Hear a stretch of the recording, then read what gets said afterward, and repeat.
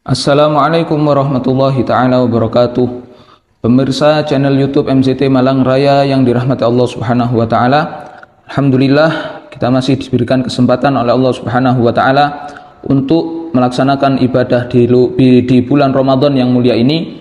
Teriring harapan dan doa, mudah-mudahan amal ibadah yang kita lakukan di bulan Ramadan ini di samping dilipat gandakan oleh Allah Subhanahu wa taala, maka kita mengharapkan diterimanya amal ibadah yang kita lakukan. Amin ya rabbal alamin.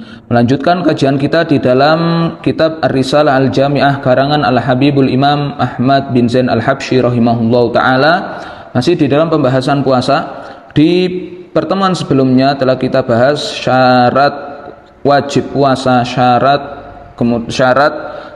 sah puasa, dan juga rukun puasa, dan juga perbedaan antara waktu niat puasa wajib dan juga puasa sunnah, dan permasalahan-permasalahan yang lainnya. Maka di kesempatan kali ini, sebelum kita membahas tentang hal-hal apa saja yang hendaknya kita hindari untuk menyempurnakan amal ibadah yang kita lakukan, maka kita menukil dari faedah daripada Al-Imam Abu Hamid Al-Ghazali, yaitu pengarang di dalam Al-Ihya Ulumuddin. Al-Imam Al-Ghazali beliau mengatakan yang qasimus shaumu ila thalathati aqsam. Puasa, macam-macam puasa ini dibagi menjadi tiga. Yang pertama shaumul umum atau shaumul awam, yaitu puasanya orang pada umumnya. Wa huwa shaumu 'anil mufattirati al-mubtilati lisaum, yaitu adalah puasa mereka orang-orang yang hanya menahan diri mereka dari perkara-perkara yang membatalkan puasa, tidak makan, tidak minum, tidak berkumpul dengan istrinya di siang hari bulan Ramadan, atau memasukkan sesuatu ke dalam tubuh mereka. Ini adalah puasa orang yang awam, yaitu puasa orang pada umumnya. Yang penting puasa mereka sah, itu sudah cukup. Yang kedua adalah shaumul khusus atau shaumul khawas, puasanya orang-orang yang khusus. Wa huwa shaumu 'anil ma'asi. Tujuan inti daripada puasa ini adalah la'allakum tattaqun, agar supaya kita betul-betul bertakwa, menambah ketakwaan kita kepada Allah Subhanahu wa taala. Maka makna daripada as-shaum yang dilihat dari segi bahasanya memiliki makna al-imsak, yaitu menahan, bukan hanya menahan dari perkara yang bisa membatalkan puasa saja, akan tetapi hendaknya seseorang itu menahan diri mereka dari hal-hal yang bisa membatalkan pahala puasa. Wasaumu khususil khusus, dan ada yang ketiga adalah puasanya orang yang betul-betul khusus atau khawasul khawas. Wa wasaumu amma siwallah, yaitu mereka yang menduduki kedudukan yang sangat tinggi sekali, yaitu mereka menahan diri mereka untuk tidak melakukan sesuatu kecuali atas ridho, kecuali hanya mengharapkan ridho dan pahala dari Allah Subhanahu wa taala. Maka oleh karena itu, ma'asyiral hadirin rahimakumullah, pentingnya bagi kita untuk menghindari beberapa hal yang akan disebutkan oleh muallif nanti. Beberapa hal yang mana beberapa hal tersebut dikategorikan sebagai al-muhbitat, yaitu hal-hal yang bisa membatalkan puasa, yang membatalkan pahala puasa. Di dalam puasa ini ada dua, ada namanya mufattirat, yaitu sesuatu yang bisa membatalkan puasa. Sebagaimana kita ketahui, puasa tidak boleh makan, minum, memasukkan sesuatu ke tubuh kita, ataupun hal-hal yang bisa membatalkan puasa yang lainnya. Dan juga yang terpenting daripada itu adalah kita menahan diri kita untuk tidak melakukan hal-hal yang bisa membatalkan pahala puasa. Sebagaimana Rasulullah SAW mengatakan, kam min shaimin laisa min siyamihi illal ju' wal 'atash. Berapa banyak dari orang yang berpuasa, akan tetapi mereka tidak mendapatkan pahala puasanya kecuali hanya mendapatkan rasa lapar dan juga dahaga saja, tidak mendapatkan pahala dari Allah Subhanahu wa taala. Maka di sini muallif mengatakan min tamami shaumi, termasuk daripada kesempurnaan puasa, kaful jawarih amma yakrahuhullahu ta'ala minal a'dha'is sab'ah al-ati dzikruha, yaitu kita menahan diri kita dari hal-hal yang dimurkai oleh Allah Subhanahu wa taala, minal a'dha'is sab'ah al-ati dzikruha, dari 7 perkara yang akan disebutkan oleh muallif. Yaitu 7 perkara ini tidak membatalkan puasa, akan tetapi 7 perkara ini bisa membatalkan pahala puasa. Yaitu orang walaupun dia ini merasa lapar, merasa dahaga, tapi dia tidak mendapatkan pahala di sisi Allah Subhanahu wa taala, wal iyadu billah. Oleh karena itu, apa saja itu? Di dalam hadis Kanjeng Nabi Muhammad SAW mengatakan khamsun yufattirnas shaim. Ada 5 perkara, yang mana 5 perkara ini bisa membatalkan puasa. Apakah 5 perkara ini membatalkan puasa itu sendiri? Ternyata di sini yang dimaksud Kanjeng Nabi Muhammad SAW khamsun yufattirnas shaim, ini adalah khamsun yubtilnas thawabas shaim. 5 perkara yang membatalkan pahala puasa. Untuk puasanya tetap sah, tapi pahalanya tidak mendapatkan pahala dari Allah Subhanahu wa taala, wal iyadu billah. Yang pertama adalah al-kadzib, berbohong. Wal ghibah, dan ghibah atau dia ini rasan-rasan. Wan namimah, dan adu domba. Wal yaminul kadzibah, dan sumpah palsu. Wan nadharu bisyahwah, dan melihat sesuatu dengan adanya hawa nafsu, dengan adanya syahwat.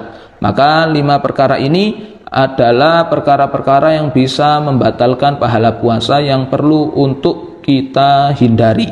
Bukan hanya ketika berpuasa, akan tetapi hal-hal yang berkaitan dengan hati ini, yaitu kadzib, ghibah, namimah, wal yaminul kadzibah, ini adalah perilaku-perilaku yang tidak terpuji, yaitu perilaku-perilaku yang tercela, yang hendaknya seorang manusia meminta kepada Allah Subhanahu wa taala agar supaya dijauhkan, agar supaya diamankan oleh Allah Subhanahu wa taala dari perilaku tersebut.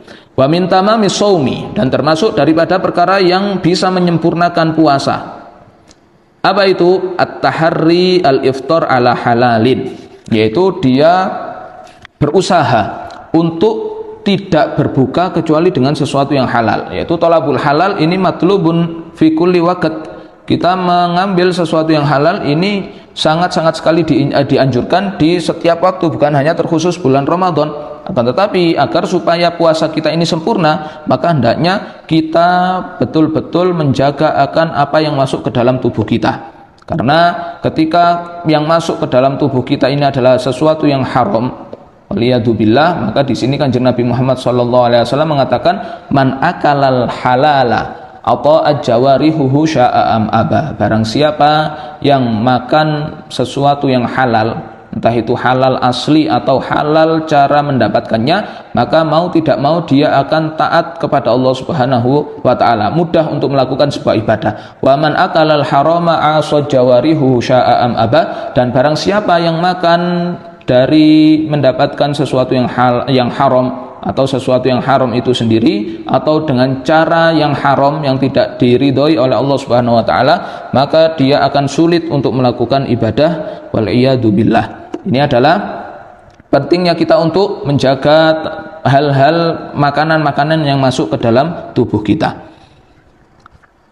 Wa min tamami shaumi taharril iftar ala halal. Nah, termasuk daripada itu wa adamul istiktsari minal akli, tidak memperbanyak makan ketika puasa. Jangan kita gunakan sebagai pelampiasan karena kita seharian tidak makan, tidak minum, kemudian ketika kita berbuka, kita melampiaskan syahwat batni kita, yaitu syahwat perut kita. Yaitu boleh kita untuk makan, akan tetapi makanlah sebelum merasa kenyang. Karena ketika kita kekenyangan sebelum melaksanakan sholat taraweh, maka otomatis kita akan malas untuk melaksanakan ibadah sholat tarawih. Wayam bagi al-istiktsar minas shaumi, dan hendaknya kita memperbanyak daripada puasa. La siyama al-ayyam al-fadilah fi syar'i, terlebih lagi di waktu-waktu yang memiliki keutamaan di sisi Allah Subhanahu wa taala. Maka oleh karena itu masyiral hadirin rahimakumullah, hukum daripada puasa, hukum aslinya adalah sunnah. Hukum aslinya adalah sunnah, dan kesunahan di dalam kita melakukan puasa ini ada yang sifatnya ini tahunan, ada yang sifatnya mingguan, dan juga ada yang sifatnya bulanan. Sebagaimana dikatakan wa wal aslu fihi wal hukmu shaum, hukum daripada puasa aslinya adalah mandhubun, sunnah. Wahwal aslu fihi, itu adalah hukum aslinya, wa yang qasimu ila salasati aqsam, dibagi menjadi 4. dibagi menjadi 3. Yang pertama adalah yang sifatnya ini tahunan, seperti puasa Arafah, puasa Tasu'ah, puasa Asyura, puasa ke-11 dari bulan Muharram, dan juga puasa 6 hari di bulan Syawal, puasa di Asyurul Hurum, puasa 10 hari pertama di bulan Dzulhijjah, dan puasa-puasa yang lainnya. Dan juga ada yang sifatnya ini takarrur bitakarruri syuhur, sifatnya ini bulanan, seperti ayyamul bid, puasa di hari bid tanggal 13, 14 dan 15 di setiap bulannya, yaitu bulan Hijriah, atau ayyamus sud, yaitu tanggal 28, 29, 30 di setiap bulan Hijriahnya. Dan ada yang sifatnya ini yatakarrar bitakarruril asabi, sifatnya ini mingguan, yaitu seperti puasa Senin dan juga puasa Khamis, yang mana fadilah daripada keutamaan daripada puasa itu sangat besar sekali. Bukan hanya puasa Ramadan, dan puasa Ramadan ini sudah sifatnya wajib dan berada di bulan yang mulia. Adapun kita sebagai seorang hamba, hendaknya kita ini merasa cukup dengan apa yang diberikan oleh Allah Subhanahu wa taala kepada kita, yaitu tidak berlebih-lebihan di dalam kita menggunakan fasilitas-fasilitas yang telah diberikan oleh Allah Subhanahu wa taala kepada kita.